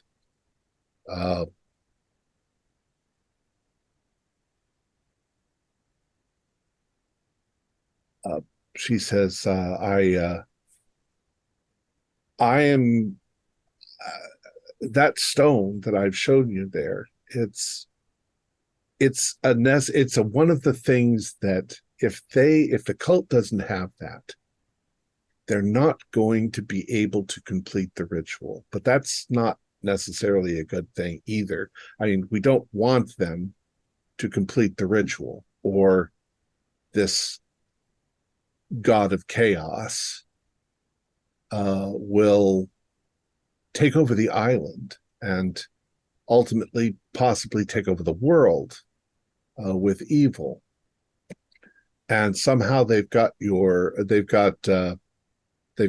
Sterling's son, and possibly they are going to use him in their ritual. Why him? Well, Why James?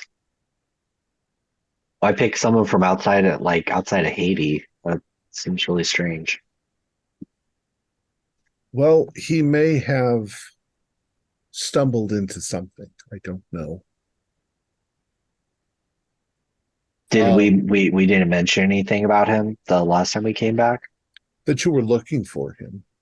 Yeah, but we didn't say what, how we knew he was in Haiti or how we got here. Well, you'd said something that he had been here almost for a month. You didn't say why. You said you mentioned Senegal, so I'm assuming that maybe you were here for a clandestine meeting with Senegal. Sean, do you know something about that? I don't, but it makes sense to me. Josephine, what I want to focus on though, first off, where are the star pools? Could you draw us a map of sorts?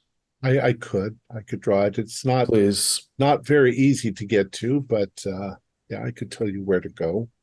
And what else do you know about this lurker? As nice as the stone is, I'm not looking to befriend the thing. I doubt seriously that no one's ever opposed these people, and nobody's ever lived to come back and tell it because of the lurker. It's a monster. It's a beast of some sort, but it's part of the chaos, and the stone itself is part of the chaos. So I think that if you cut yourself with the stone, you become linked to the chaos, and the lurker thinks that you're part of it. You might even exercise some control over it. You might be able to turn it against the cultists. Could I do a psychology roll on Madame Josephine? I want to see if she is eagerly trying to persuade us to cut ourselves with this thing, if she's just being straight with us and like, yeah, this might be a thing, or if there's that sign of like, yeah, it's okay, just do it. I think that's what I'm on the lookout for. Yeah, go ahead and roll for me. Okay. Wow, 25, exactly, hard success. A hard success. Okay. So there's a couple things you read from her. One is, with some of the stuff that you just said, she's fucking terrified. You get the impression that she feels that if the cult finds out of her involvement, she's going the way of Dr. Northeast. She'll be murdered. So she's being very careful. You also get the impression that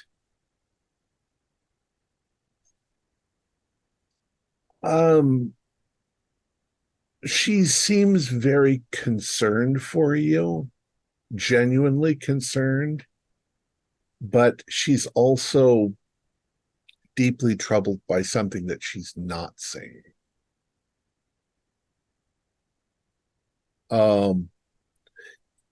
As far as the cutting with the stone, you think that she feels it's the only way that you could possibly survive getting past that thing, whatever that thing is. Okay. I'll reach out and cut my hand with it. Okay. Cut your hand with it. It's surprisingly painful. The pain shoots up your arm. Son of a bitch. And you notice that she won't touch that stone, but you can see that there is a spot on it where there is a hole bored through it. So she gives you a piece of leather thong, and she says you can tie it around your neck and keep it with you. It'll keep them away, but don't let the bad guys get a hold of it. They desperately want it. Yeah. I'll try and give a finger gun, then go, ow, because I probably cut my hand in that like stupid movie way all across the palm that's useless. Yeah. Did they do that properly there? Yeah. Just a cut on the hand like that? She gives you something to wrap your hand. She says, I'd highly suggest that you talk to Sebastian Senegal. It might be difficult to find him because he's a rebel and he's hiding. Would he be at the Iron Market? If you does put he out reside in Port-au-Prince? Oh yeah, he resides up in the hills. If you put out the word, especially at the Iron Market, he'll get a hold of you. Oh, right, black market, right. Okay. All right. Well, if that cuts all it takes, Dirk, do me too. Guy is very like impressed with Dirk and Sean, like that they're just going all into it because Guy's like been feeling this like growing, intensity in it. So he's honestly kind of like. Well, I think she stops you and says, "No, it's enough. You don't need more than one." That's all right, Sean. I took the hit because you said you didn't want to be friends with whatever creepy crawly fucker I'm probably about to run into, and then Guy, you got your whole life ahead of you. Don't worry about it. Well, man, I'm just gotta say I'm a little impressed with your fortitude here. She turns around and looks through her stuff on the shelf, and she says, Here, you might want to drink this. And she hands it to Dirk. It looks like a little bottle with something brown inside. Kind I of an sniff it. amber-colored liquor. Yeah. It Does it smells smell like liquor? terrible. Well, you can smell an alcohol base, maybe, but whatever it is smells terrible. She says it's not going to taste good, but it might help. So, with my question, just for backstory reasons, like, do I think that this is liquor? As I have very strong reasons not to touch the stuff. Oh, well, yeah, it definitely smells like alcohol, like medicine alcohol. Like medicine alcohol, but not like booze alcohol. No, it doesn't smell like wine or rum or anything like that. Okay. Well, then I'll go ahead. If I'm not like revulsed at the thought of it, then I'll go ahead and swig it down. Probably the second dumbest thing I've done today. It's pretty awful. But you do feel like you're taking medicine. And she says now you need to do everything in your power to stop the cult. I don't know if you can save Jack Sterling, but you have to stop the cult, or it could be the end of the world.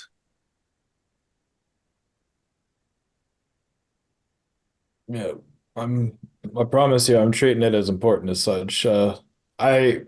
This magic sense just doesn't make sense to me. I trying to keep up. How does him cutting his hand protect me from the thing? What if he and I don't even go at the same time?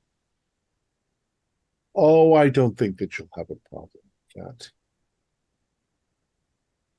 that. Well, I'm Just not looking to stay sneak behind past me, it I guess. anyways. You think there's no possible way we could hurt this thing? We don't know. Everybody's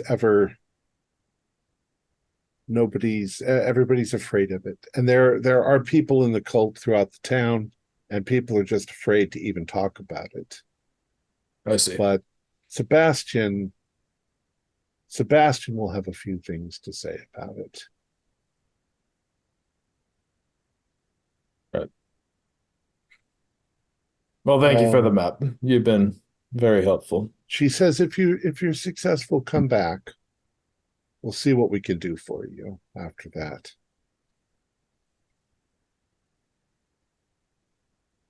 All right. I guess in the meantime, just keep your head down and don't be afraid to get out of town if you need something's going on. And they took their time with Dr. Northeast, and you've been more than polite and helpful, most helpful person we've come across. And hate to see the same thing happen to you. Everybody do a psychology. Well, everybody there do a psychology. I promise I'm not threatening you. That's a 30. Success. Well, I got a 15, which is actually a hard. Nice. Yeah. She now seems regretful about something. Almost a look of guilt on her face. Oh, I'm fucked. I'm super fucked. I think we all are.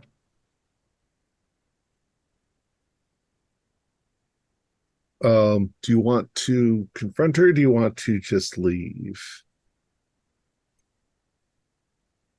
Thank her kindly and get out of here. Yeah, I think so. I'll pray for you.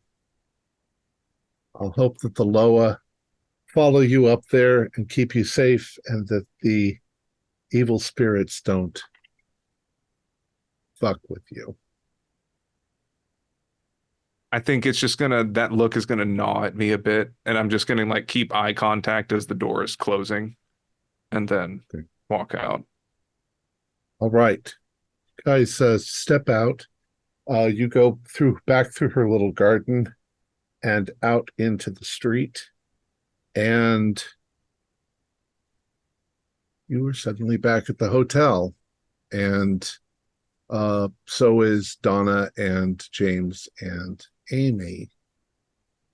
You're back in the room, staring at each other, and when you check, 3 hours has passed.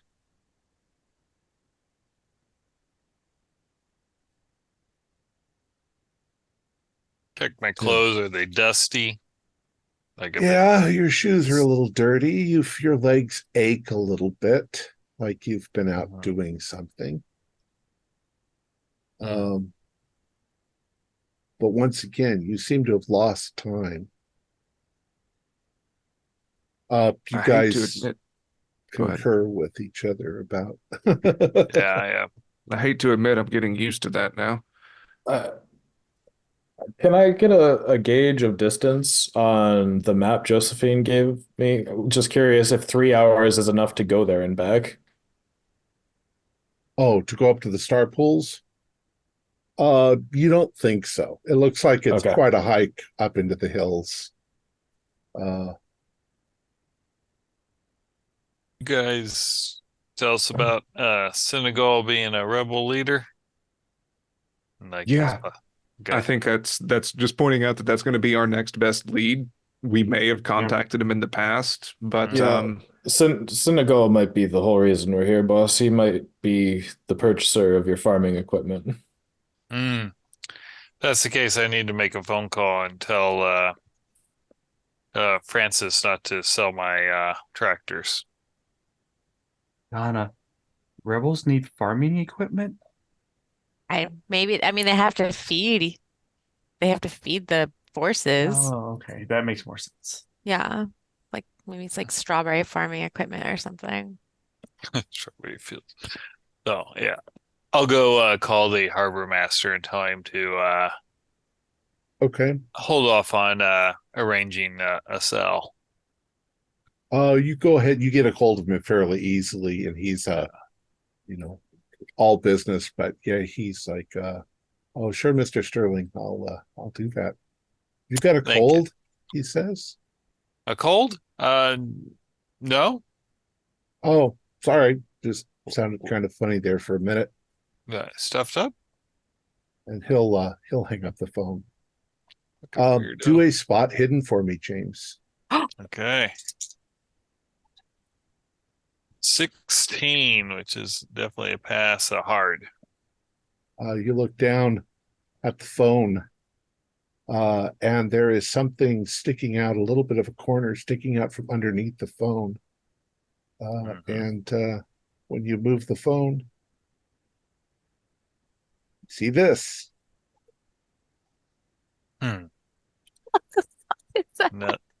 Another thing my daughter didn't find.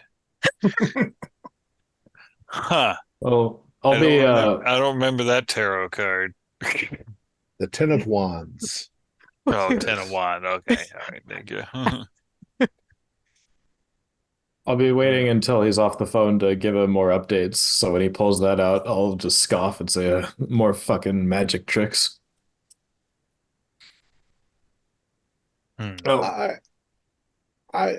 So you guys want to discuss any of the details of the things that you have discovered? Yeah. I'm going to be fully transparent of everything that happened at Josephine's, also because Sean was there, so it's going to be really hard to lie to James. Oh yeah, I'm going right into it. Yeah. And just mentioning, that with Senegal, and we'll probably have the best luck reaching out at the Iron Market. If they're rebels, they're probably going to want guns or some kind of acquisition or something. So, and I mean, we have a day. We've already lost 3 hours. It's going on noon at this point. So if we're going to meet with them, we need to meet today. So tomorrow's going to be too late. What happened to your hand? Are you bleeding? Oh, don't worry about it. Cute necklace. What'd you learn about at the library? Find any way to fight these things? It's magic monsters, gods, whatever. What we found out we had already been to the library because Amy had vandalized this Right. Did not Africa's Dark vandalize. Sex book. And But it we'd all already been to Madame Josephine's. Yep, that's just how this works. and it had she had a note saying we needed to get in touch with Senegal, so that matches up with what you guys are saying. We learned a lot about the history of voodoo, learned about the Fête Getty, which is a festival celebration for All Souls Day on November 1st, where you go to cemeteries and you people paint their face black with white eyes and they wear top hats. Yeah, apparently that guy who we're seeing, he's Baron Samedi, who's also known as Baron Lacroix, who's apparently touched us all. And also Right. as what was painted on the door of Northeast. No, And except he's go ahead. oh, sorry. Well, except something seems fucky between this Baron Samedi and then, like, Madame Josephine seemed to really be caught up on the third eye thing. Now, I'm no expert, but it seems like typically it's two, something's up. If there's three, then it must be related to whatever this cult is that's been hanging out here. You know, Yeah. I've been thinking that they said my son's been here a month, right? Mhm. Where the hell was he staying? As we Hotel? Oh, sorry, boss. We should have led with this. He is definitely being held by the cults, and she gave us a map to their whereabouts. But what was he so held by the cult for a month? I couldn't tell you, but he's there now, and we need to save him. And Yeah. the thing that's been bothering me all this time that I've been making such a fuss about is something she called the Lurker, some kind of monster. She was under the impression that it's part of a god and that it can't be hurt. But yeah, she gave Dirk a magic rock and he cut his hand with it. So then she said, "We're all good." Was that a good idea? Do you not remember us reading about the Ashanti warrior and how he cut his hand and got black scales and I didn't hear you say shit. Oh, I was dissociating. Sorry. do you have black scales? Look at your hand. Is there Look at my black hand. scales growing out of it? I'm gonna look but not touch his hand. As she's looking, I go, boo. Dick, stop. You shouldn't really Stop being a shouldn't dick, believe Dirk. everything you read. Jesus, kids.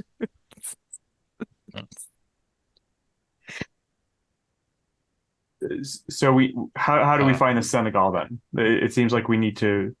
We gotta go to the market. Yeah, let's go to the market. Well, where is it? Yeah, Oh, we'll the- be able to find it. Yeah. We gotta ask around. Did I'll- Don't you? you worry. Don't you I'll worry pa- your little heads about it. I'll pass We'll take care of some it. money around. We'll find out. Yeah. We have money? Yeah, I went to the bank. How do you think I paid for room service last night? Did you ask the front desk about Jack if he stayed here? No, I didn't. Good job, Donna. You're making me proud. Can you go do that for me? Fuck. Who's going with me? Not Dirk. I'll go with you. Not Dirk the Dick. So Donna, you run downstairs and you go to the registry book. You see your guys' names there where you guys checked in on the 23rd.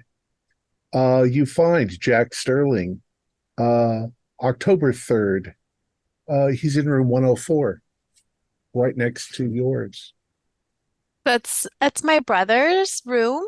Can I get a key so I can go gather up his stuff, please? And I slip my last dollar. Yeah, do a luck roll.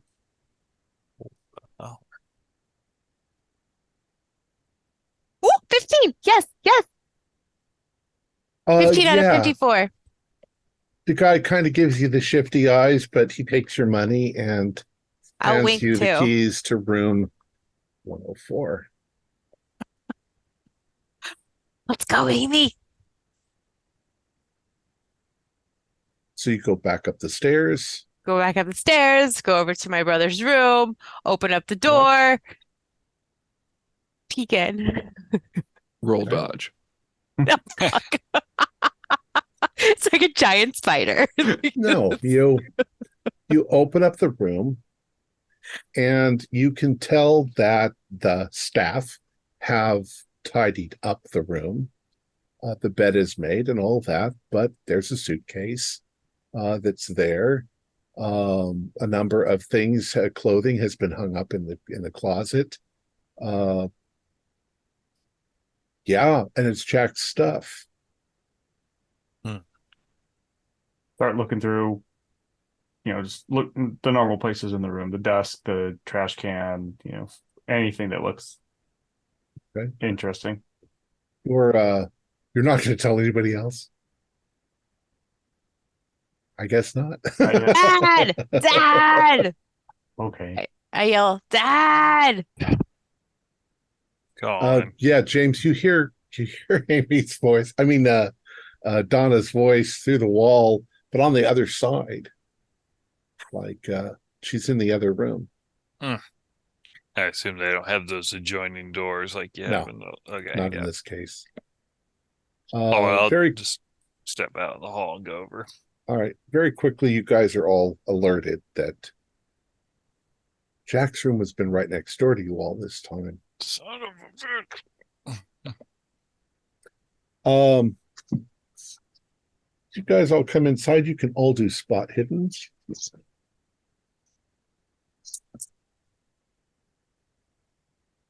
Pass. Nope. Pass. Okay, Donna. You almost immediately find a gun hidden underneath the bed. James, you find a gun in the desk drawer. Who else passed? Okay. How well did you guys get? Who got the best rolls out of you? I got a The other- 44. Mine's regular. Got a 28. 44 out of 60. Sean, we'll say, because you're familiar with the family. You can see that Jack hid weapons around the room. The one thing that seems to be missing, by the way, nothing in here looks like it's been rifled through, not like your rooms.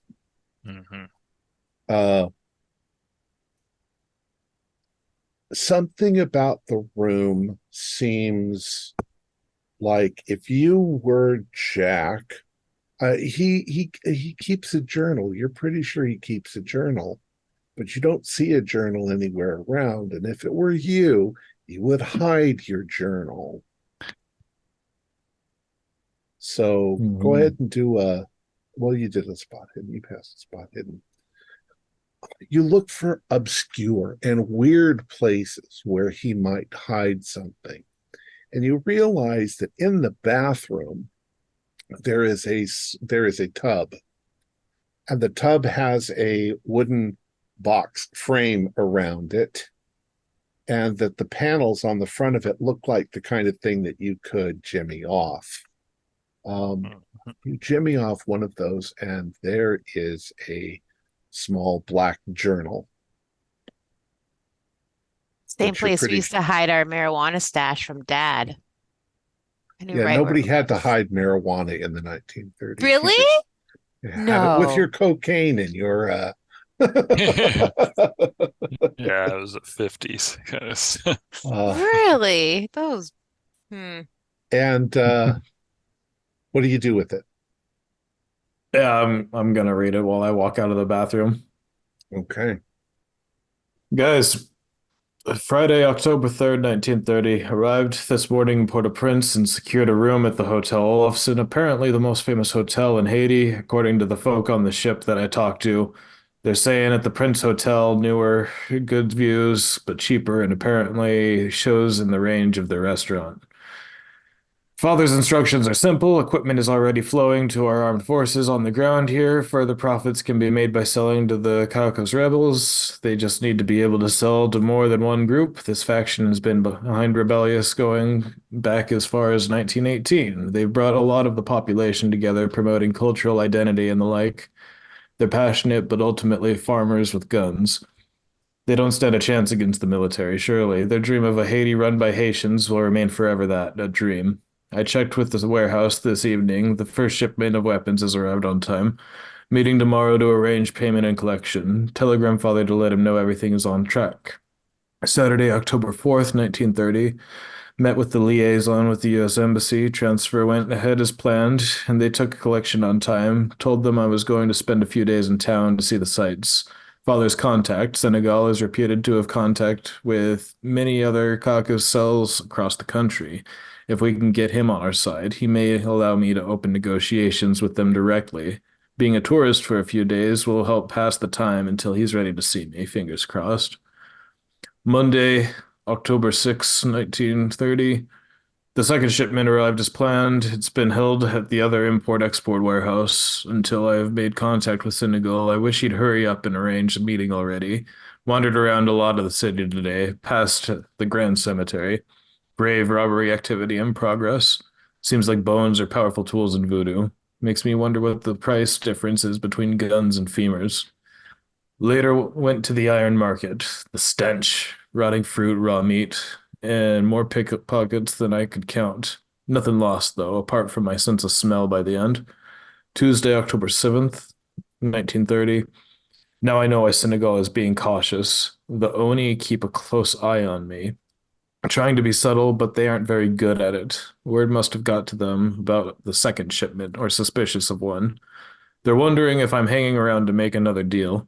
Continued the tourist ruse. Visited Notre Dame Catholic Cathedral. Pretty impressive. Then the Palace National looks just like the White House. Drilled throughout. I wonder what will happen if I head out to the seedier parts of town, to the southeast. I can handle myself. But they would surely realize then that they'd stick out like a sore thumb at the drop of a surveillance, or they would stick out and drop surveillance. I'll give it a try. The sooner I'm out of Haiti, the better. So, Oni? You guys know about Oni? ONI, the Office of Naval Intelligence. Those are the cats that have been following us. I think we say cats in the 30s. I don't know. We do now. That's who that Major Medwin, Mm-hmm. that douchebag runs it. So, they were the ones giving him a hassle, but then the cult took him? We must be missing a step here. Well, he went out into the seedier parts of exactly like where he everybody got- keeps telling you guys to watch out because you're random white folk out in the middle of dangerous, rebellious areas. Where was Dr. Northeast's house? Kind of Isn't on the that- edge of town. Southwest, ironically. Southwest, but not southeast. So, dang. Anyway, that's Wow. probably a good place to stop for tonight. Our players included Dr. Lex Hurley, Keith Craig, Tyler Hudak, Jenny Olson, Troy Wheeldryer, and Kaylin McDowell with yours truly as the Keeper of Secrets. We have a Discord server where you can chat with other members, you can set up private games, and you can learn the finer arts of gameplay and game mastery. We provide audio-only versions of our shows, free for you to download from Spotify, Podbean, or iTunes. Support for the show is provided by our patrons who are listed in the closing credits. If you would like to show your appreciation for us, please visit our Patreon page listed in the description, or you can use the thanks button just below the screen. Like, share, and subscribe to our channel, and punch the bell icon for updates on our latest shows. And leave us some comments. We enjoy reading them and answer any questions you might have.